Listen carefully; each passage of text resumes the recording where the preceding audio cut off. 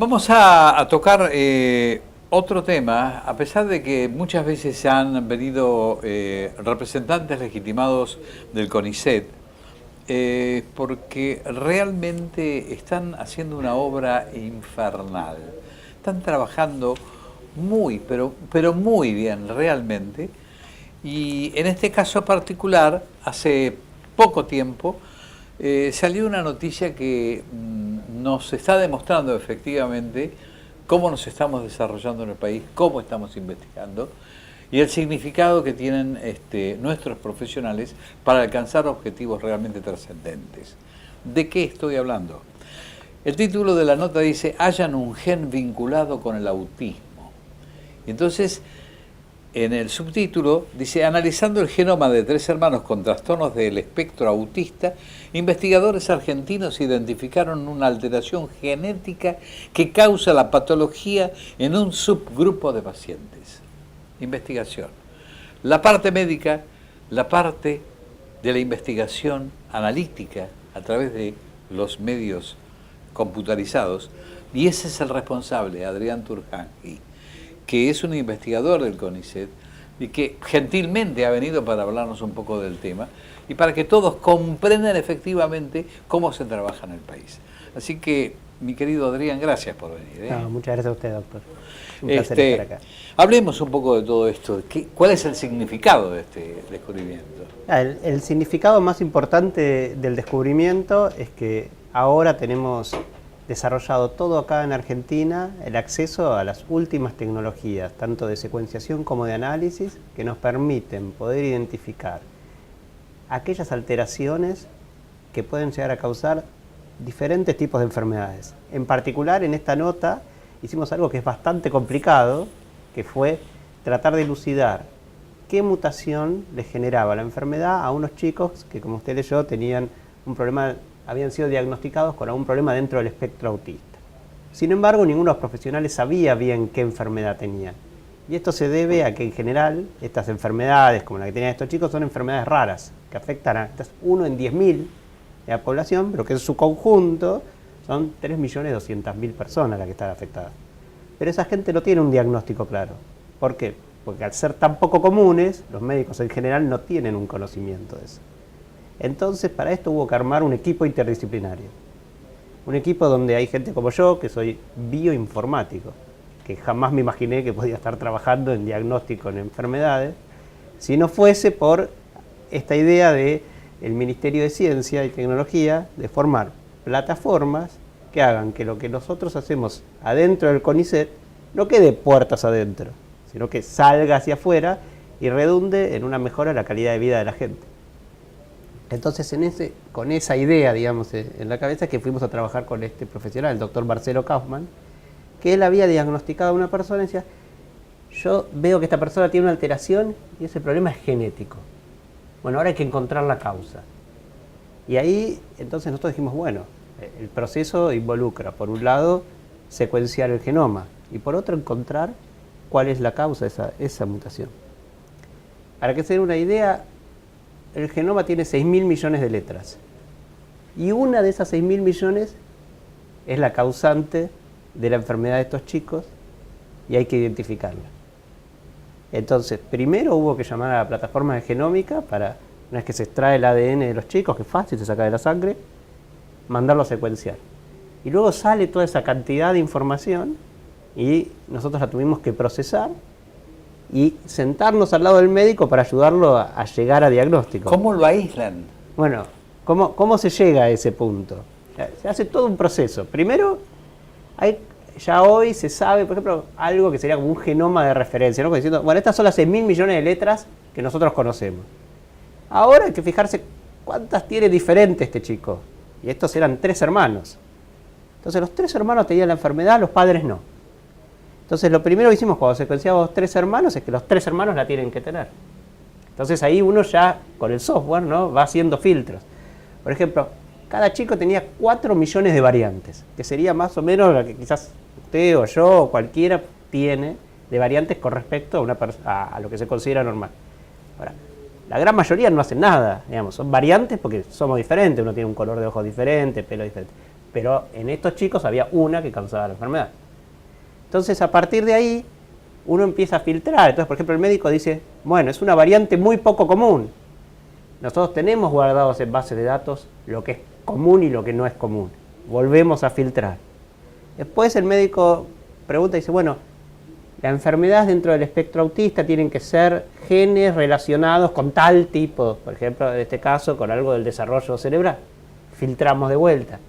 Y así fuimos llegando. Por descarte fueron... Ya, uno va, digamos, filtrando. Pasa que ahora desarrollamos un software que nos permite llegar muy rápido a eso.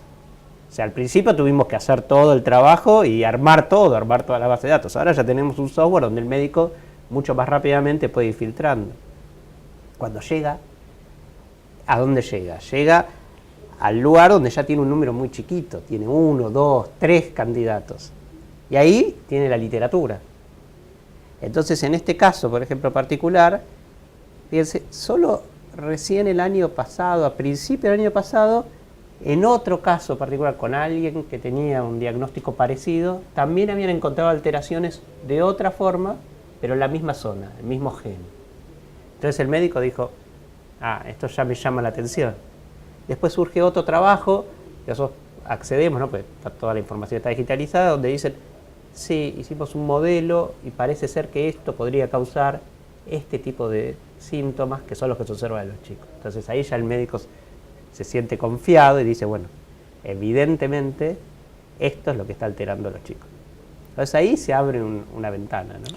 Ahora, la pregunta es, siguiendo Sí. con este lineamiento de investigación, es si un solo gen produce la enfermedad o hay distintos tipos de genes similares que producen esa enfermedad pero con distintas características. En realidad, en este tipo de enfermedades puede haber diferentes mutaciones que llegan a descripciones parecidas en la sintomatología que puede describir un médico. O sea, que observa a grandes rasgos cosas parecidas. Eso puede pasar. O sea, no es que este gen es el único que podría causar este tipo de enfermedad, sino que obviamente hay que hacer un montón de diagnósticos, ¿no? En el sentido de que el trabajo interdisciplinario permite ir achicando, digamos, el área, pero yendo a las enfermedades raras, muchas son simplemente diagnosticadas como trastorno general del desarrollo. ¿Por qué? Porque los médicos no saben, la mayoría de estos chicos pasa años a veces con los padres dando vueltas. Yo nunca me tocó en la vida, digamos, trabajar con pacientes, pero a partir de esto, de este tipo de anuncios, se me acercó un montón de gente y la gran mayoría está hace años dando vueltas. Claro, como son enfermedades raras, los médicos mucho no saben, todo esto es muy novedoso, todo este tipo de diagnóstico, y entonces ahí es donde esto puede más contribuir. Ahora, la misma enfermedad puede ser causada por diferentes genes. Nosotros llamamos lo mismo porque a grandes rasgos es lo mismo, no es exactamente lo mismo. Ahora, hay muchas otras enfermedades, como ser el cáncer, que son muchos genes los que causan la enfermedad, no uno solo. No todas las enfermedades, muchas de estas genéticas, están causadas por alteraciones en un solo gen. Por ejemplo, para cáncer también se usa este tipo de tecnología, pero uno mira un conjunto grande de genes. Entonces uno dice, bueno, a ver, tiene alterado este gen que es muy conocido, tiene alterado este otro, tiene otro. Y toda esa información también se puede usar, como también se usa para enfermedades cardíacas, como también se usa para otro tipo de patologías. Ahora, el trabajo interdisciplinario entre ustedes y los profesionales médicos es fundamental. Sí, de hecho yo estoy sorprendido, pero me encontré ahora yendo a los hospitales. Ahora vamos a dar cursos en el Garrahan, estamos armando cosas para el Cruce, para el Hospital Gutiérrez, hace poco di charlas en el Rivadavia. O sea, estoy dando charlas a los médicos, mostrando cómo estas tecnologías los podrían ayudar a ellos en su trabajo cotidiano. La investigación, fundamentalmente. ¿Y qué grado o qué porcentaje es el apropiado o el que uno puede decir que puede alcanzar el objetivo de llegar a curar o por lo menos a temperar los efectos? Entonces, ¿Y qué tiempo demandaría? Porque esto tiene que tener con la farmacología también, ¿no? Sí, a ver, hay en diferentes casos. Por ejemplo, hay una estadística más o menos hecha que, vamos a agarrar el caso de enfermedades raras. En el caso de enfermedades raras, uno hoy, y esto todos los días crece porque cada vez hay más casos. más casos reportados, pero digamos, hoy uno puede tener éxito en diagnóstico completo en un más o menos un 50-40% de los casos. Y en un pequeño porcentaje, 2 o 3, ya hay una terapéutica directa. Ya uno puede, por ejemplo, encuentra que hay una droga que los puede ayudar.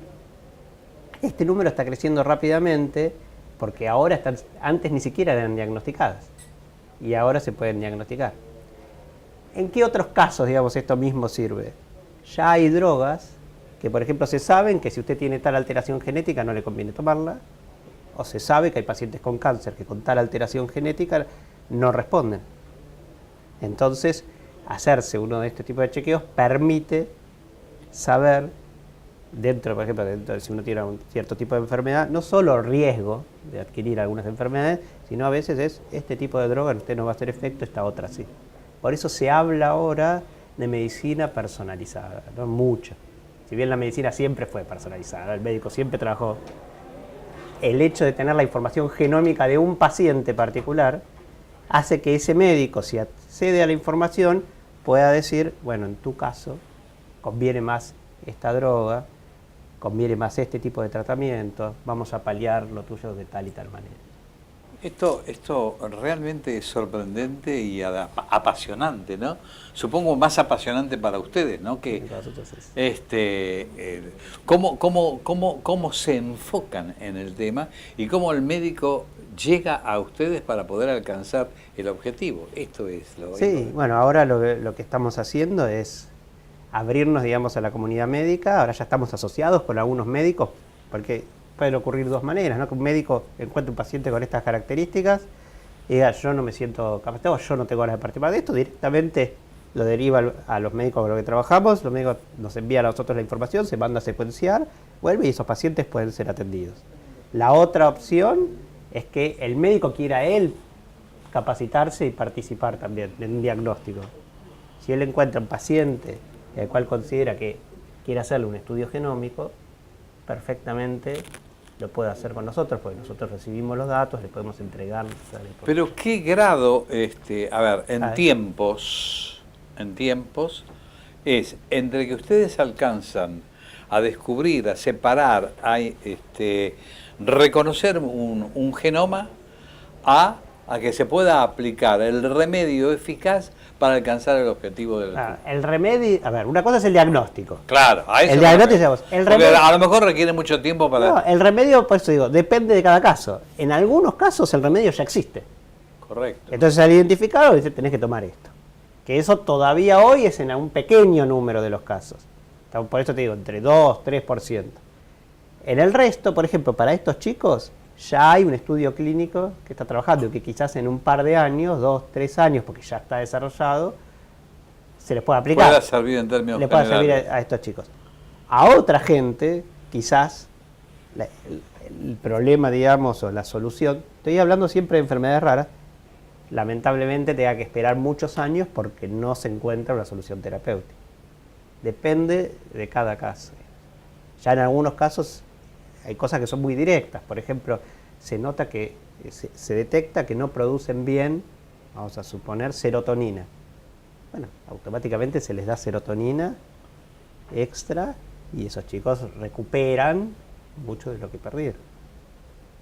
¿Y qué equipo está trabajando en todo esto? ¿Todos ustedes? Bueno, ¿O están sectorizados? Bueno, todos tenemos un equipo en la Facultad de Ciencias Exactas, que es el que analiza todos los datos.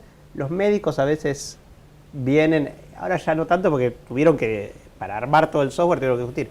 Ahora el software, nosotros lo ponemos en una página web, el médico accede y si tiene alguna duda nos puede consultar. Pero en general funciona bastante bien.